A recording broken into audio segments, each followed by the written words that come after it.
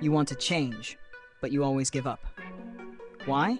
We all carry within us dreams, the body we desire, the skills we admire, the life that feels fulfilled. But here's the catch. The path to these dreams often runs straight through the things we least want to do. The paradox isn't in its logic, but in its emotional weight. To become skilled, you must study hard over long years. To be fit, you'll rise early, exercise, skip your favorite foods. To be a singer, you'll drill vocals, polish your presence, and step beyond your cozy shell. These aren't unfair demands, they're just uncomfortable truths. The uncomfortable truth is that most of us crave the reward but run from the requirement. We chase the outcome but dodge the effort, and slowly regret replaces ambition. So what do? We face it. If you've set a goal, you must make peace with discomfort being part of your journey. Learn to coexist with the boring, the hard, the awkward. Mastery lives there. And it's not about being extraordinary. Most people don't fail because they lack talent. They fail because they run into a to-do list full of tedious, unfamiliar, soul-stretching tasks, and they walk away. So they loop. Desire, quit, desire again, quit again. And time doesn't wait for them to break the cycle. Let's zoom in on that dream. You want to be a singer. You see the glam, stage lights, fans, the lifestyle. But have you accepted the lonely daily grind of vocal warm-ups? The endless choreography drills? The forced small talk at industry events, even when you're introverted to the bone? What you don't want to do is exactly what holds the keys to your dream. That's the paradox. Success doesn't come with cheat codes. There's no easy mode, only hard mode, done repeatedly. No glory exists without sweat-soaked hours and exhausted persistence. And here's a deeper truth, a hopeful one.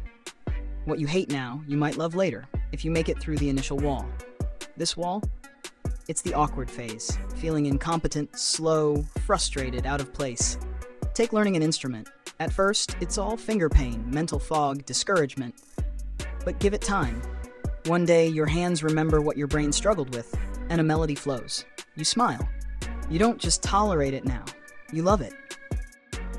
That's the moment of shift, and many never reach it. Why? Because they assume not liking something now means they'll never like it. But discomfort doesn't mean this isn't for me. It often just means this is new. So don't rush to label things with "I hate this" after a few clumsy tries. What you're avoiding might be the one thing that could transform you if you gave it time. Love doesn't always arrive early, but like skill, love can be trained. And that leads us to a powerful principle, the reflex loop. Your emotions about a job or task aren't static. They respond to how you engage with it, and they shape your future engagement. Billionaire thinker George Soros called this the reflexivity principle. You put in real effort, you feel more connected to the work, you like it more, you do better. You do better, you like it more. And the spiral grows, but the same works in reverse. Half-hearted effort, resentment, lower performance, deeper dislike. We don't even notice when we're spiraling downward. So how do we break that cycle? Not by waiting for motivation, but by choosing improvement, even small ones. You act with intention, do a bit better, and suddenly you realize, maybe I don't hate this as much as I thought.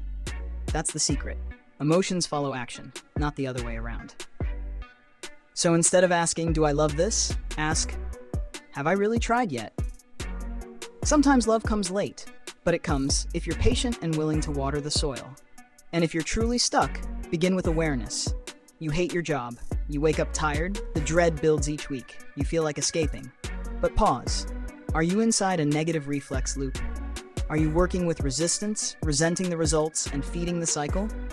You don't have to adore your job, but you do need to understand it. Instead of blaming the job, ask why you hate it.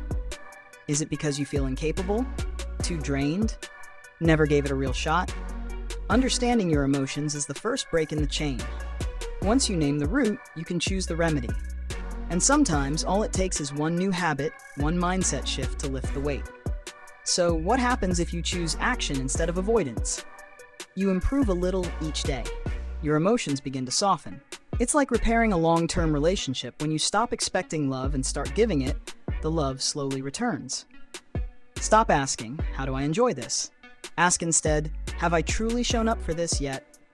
Because what you want most may be hiding right behind what you've been avoiding. All it needs is your courage. Success doesn't wait for you to feel ready. It only asks for one step. A shaky one, an unsure one, but a real one. Because sometimes, what your soul craves the most isn't glowing in the spotlight. It's hiding in the shadows of your procrastination. In the book you keep closing, the workout you skip, the awkward conversation you avoid, the tiny persistent action you keep postponing. And one day, you'll find yourself miles away from where you used to stand. Not because you outpaced others, but because you finally dared to outgrow yourself.